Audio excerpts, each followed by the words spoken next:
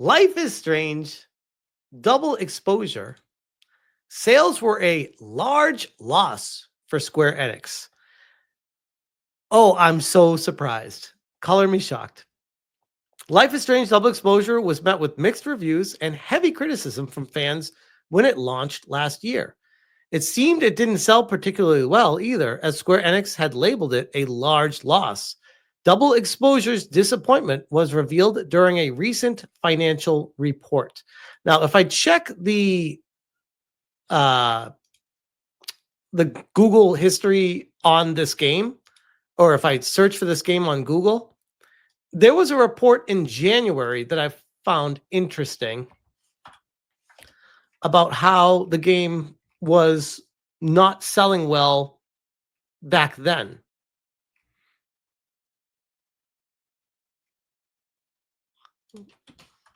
Let me see, poor sales. I thought I had it up, but I lost it here.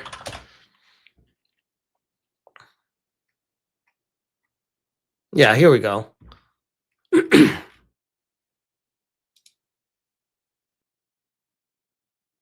So this was in January of this year.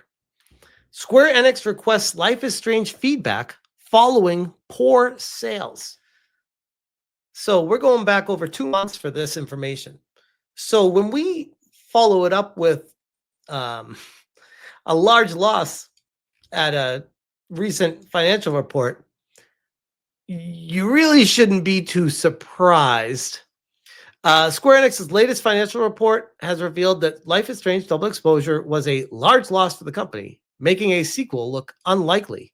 Good. If nobody bought the first one, why would you want to make a second one? When Life is Strange Double Exposure was first revealed as a long-awaited return of Max Caufield, it seems like it'd be a slam dunk for fans of the series. Sure, there were questions about how it handled the first game's big choice, but bringing back the heroine that started Life is Strange in the first place seemed like a surefire bet. That wasn't exactly the case at launch. No, because the tide of what gamers want out of games has turned. Like back then, you could get away with these kind of games. Nowadays, it doesn't fly anymore. And you're right. This is the third one. I was misspeaking there. Double Exposure was met with mixed reviews from critics and faced harsher criticism from fans of the series, who really hated how the game handled Max and Chloe's relationship and the series' overall tone and canon. It seems those marks against it made heavy impact on sales, which is wild to me, because you would think people would buy the game if they love the older ones. They would just buy the newer one. Apparently they were listening to reviews and they're fans of people playing it on stream and were like, yeah, I don't want to play this. Another Life is Strange looks unlikely, as Square Enix admits Double Exposure was a large loss. You just said that.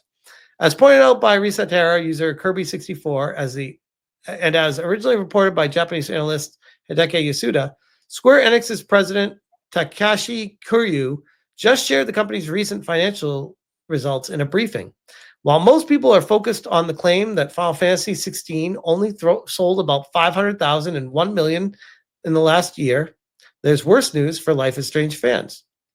According to Yasuda, the financial reports confirm that Life is Strange Double Exposure sales were a large loss for Square Enix, something that was only made up by Dragon Quest III Remaster. Do you guys notice a trend right now? Do you notice a trend of retro games performing better than new games? Like we just talked about this, was it yesterday even, or 2 days ago? It's very recently, where Dragon Age the Veilguard came out for free on PlayStation Plus for members of PlayStation Plus. And Teenage Mutant Ninja Turtles collection, Cowabunga collection, was more played, more downloaded than Dragon Age the Veilguard. A collection of games from 20 plus years ago, some of them 30 plus years ago, sold better or were more played than a game that had millions and millions of dollars poured into it 3 months ago. And I agree, Cowabunga collection is great. But Square should know something by this, that literally this is their bread and butter. They need to go back to the drawing board. This should actually encourage more retro themed games in the style of retro Final Fantasy 3, Final Fantasy 2, Chrono Trigger, HD 2D remake. Let's go, Square. Like, everyone's waiting on this stuff. That's what we have our wallets ready for. You've been overtaken by DEI injected into your company. And it's trying so hard to, holy crap, to push woke products on people that nobody wants. Like, why are you doing this? Who wants to purchase these games from you? Who are the people? This is not a Square Enix game. This is not the Square Enix people grew up to know and love.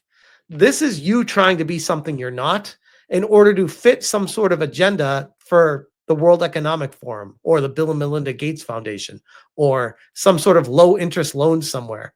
This is not Square Enix. You're doing this for an ulterior motive. And everyone sees it for what it is. Netflix Foreign says, I do not want an HD Chrono Trigger. I worry about something being botched. Well, I mean, I do want it. And if they botch it, I just won't play it. See, I never mind the remakes of games. If anything, it makes people more aware of the series and the title. Like, when the Secret of Mana remake came out on PS4, I didn't necessarily love the game initially, but it grew on me after playing through it and beating it. It was better than I thought, but it still wasn't as good as the Super Nintendo version. So ultimately, I just found myself being like, yeah, no, I still prefer the original Secret of Mana. It just is what it is. I'm not saying, oh, I wish the remake never came out. It's like, no, I just won't play the remake. And that's the way I look at Chrono Trigger. Like, hopefully they do it right and add sections into it or do cool new stuff to it, like to make it fresh again for people that have played it a million times like myself. But otherwise, if it's just a 1-for-1 with 2D HD, I'd be fine with that too. And if they botch something and make it terrible, then just don't play it or rip it to shreds, bitch about it, and then go back to playing the original. And that's the way I feel about every remake. I don't understand people taking the standpoint of, no, don't remake anything. Don't ever remake a game. It's like, well, just don't play it. Speak with your wallet. And I think that's exactly what happened here with Square Enix and Life is Strange. And I mean, I don't want to say I told you so, Square, but I could have told you this before you started even producing the game, that this is not the direction you should be making a game. This is not the direction the game industry is going. If you had your finger on the pulse like you used to, you would have known that. But again, I go back to, it feels like they've been blinded by some other source of income that made them make this decision, thinking that this was the right thing to do. And yikes. This is the find out stage that they've reached. But anyways, I will leave that there. That was basically all I had to say about that one. Not a shocker, especially when the game didn't sell back in January and they announced it. So it is what it is.